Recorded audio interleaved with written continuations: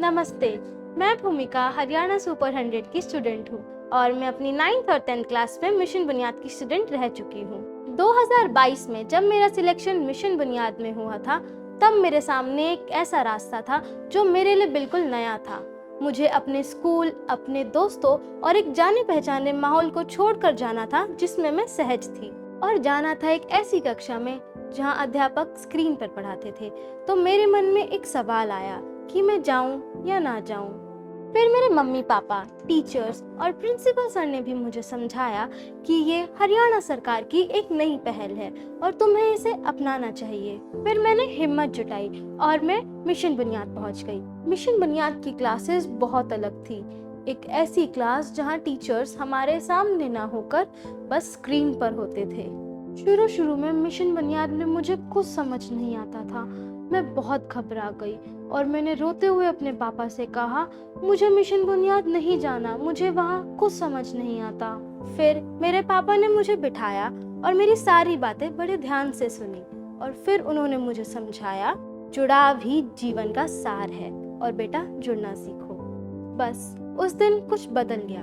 मुझे मेरे स्क्रीन पर पढ़ाने वाले टीचर्स के साथ जुड़ाव होने लगा, मेरे साथी क्लासमेट्स के साथ जुड़ाव होने लगा और पढ़ाई न रहकर एक संवाद बन गई। मुझे मिशन बुनियाद के दौरान ही हरियाणा सुपर 100 के बारे में पता चला।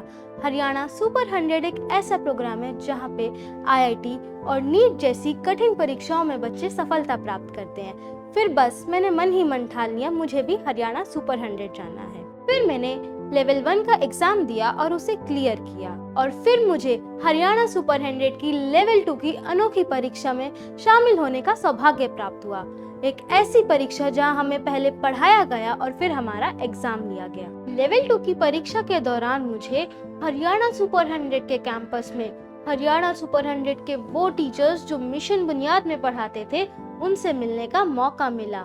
उन्हें आमने सामने देखकर मुझे बहुत खुशी हुई, मानो जैसे कोई सपना सच हो गया हो। फिर कुछ दिन बाद लेवल 2 का रिजल्ट आया और मेरा हरियाणा सुपर 100 में सिलेक्शन हो गया। मेरी इस खुशी को मेरे परिवार, मेरे स्कूल, मेरे टीचर्स और मेरे सेंटर कोऑर्डिनेटर्स सबने ऐसे बांटा जैसे ये उन सब की सफलता हो। मैं बहुत एक्साइटमेंट के साथ हरियाणा सुपर 100 कैंपस पहुंची, पर कुछ दिन बाद मुझे एहसास हुआ, हकीकत कल्पना से बहुत अलग है। मुझे मम्मी पापा की बहुत याद आने लगी और हमारी हफ्ता में सिर्फ एक दिन बस 5 मिनट के लिए घर पर बात करवाई गई।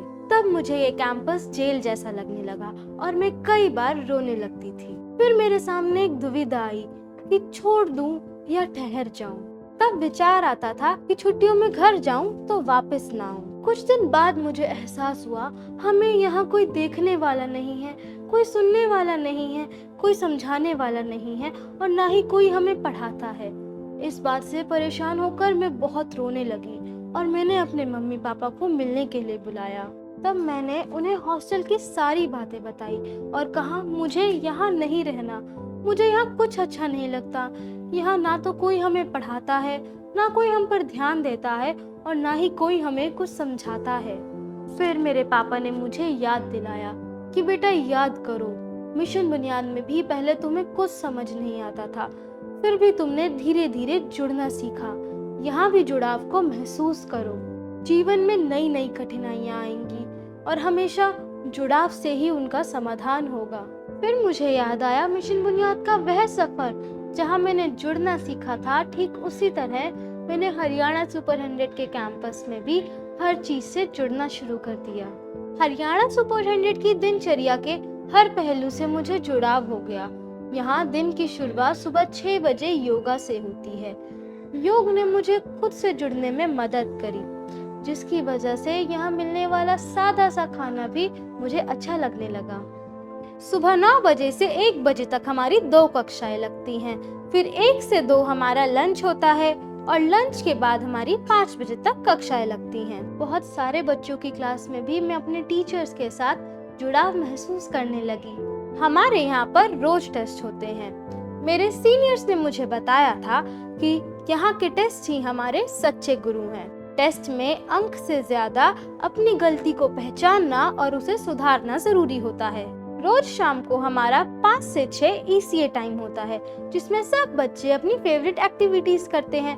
जैसे खेलना, डांस करना या फिर पेंटिंग करना। रोज शाम को 7 बजे हमारा रात का भोजन होता है, जो बहुत सादा सा होता है। मैंने कई बार यह देखा है, नवीन सर खुद किचन में जाते हैं और यह देखते हैं खाना अच्छे से बन रहा है या नहीं, और कई बार खुद मदद भी करते हैं। फिर हमें समझ आया कि गुरु केवल मार्गदर्शक नहीं होते, वह हमारे माता पिता के समान होते हैं। हमारी 2 तरह की क्लासेस होती हैं।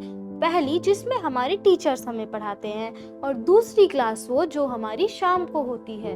हमारी दूसरी क्लास बहुत मुश्किल होती है, जिसमें हमारा मन कई बार भटकता है। हम खुद से लड़ते हैं, कई बार हारते हैं और हार कर खड़े होते हैं जीतने के लिए। ये वो कक्षा है जहाँ पर हम खुद से पढ़ते हैं। जिसको जहाँ जगह मिलती है वो वहीं अपनी कक्षा बना लेता है।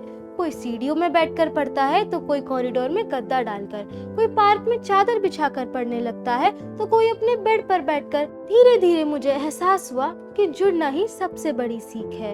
अब मुझे लगता है जिसे पहले मैं जेल जैसा समझती थी, वो एक जेल नहीं बल्कि एक आश्रम के समान है। हरियाणा सुपर 100 की शुरुआत वर्ष 2018 में हुई थी। अभी तक इसके 7 बैच आ चुके हैं और आप सभी में से जो बच्चे लेवल 2 की परीक्षा को पास करेंगे वो हरियाणा सुपर 100 के 8th बैच का हिस्सा बनेंगे। अभी तक यहाँ से 260 से अधिक बच्चे IIT, NIT और मेडिकल कॉलेजेस में दाखिला पा चुके हैं। हरियाणा सुपर 100 केवल IIT और नीट की तैयारी के लिए नहीं है, बल्कि ये आपके जीवन की तैयारी के लिए है। देश में हरियाणा और हरियाणा के एक छोटे से गांव में एक ऐसा कैंपस है जहां ना तो कोई आपको देखता है, ना तो कोई आपको पढ़ाता है और ना ही कोई आपको सिखाता है, पर आपको धीरे धीरे एहसास होता है कि आपको बिना देखे देखा जा रहा है, बिना पढ़ाए पढ़ाया जा रहा है और बिना सिखाए सिखाया जा रहा है।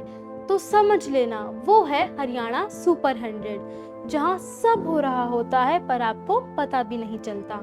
मैं आप सभी से कहना चाहती हूँ, यदि आप स्वयं को जानना चाहते हैं, अपने भीतर झांकना चाहते हैं, खुद से जुड़ना चाहते हैं और अपने पैरों पर चलना सीखना चाहते हैं, तो ही आप हरियाणा सुपर 100 का हिस्सा बनना।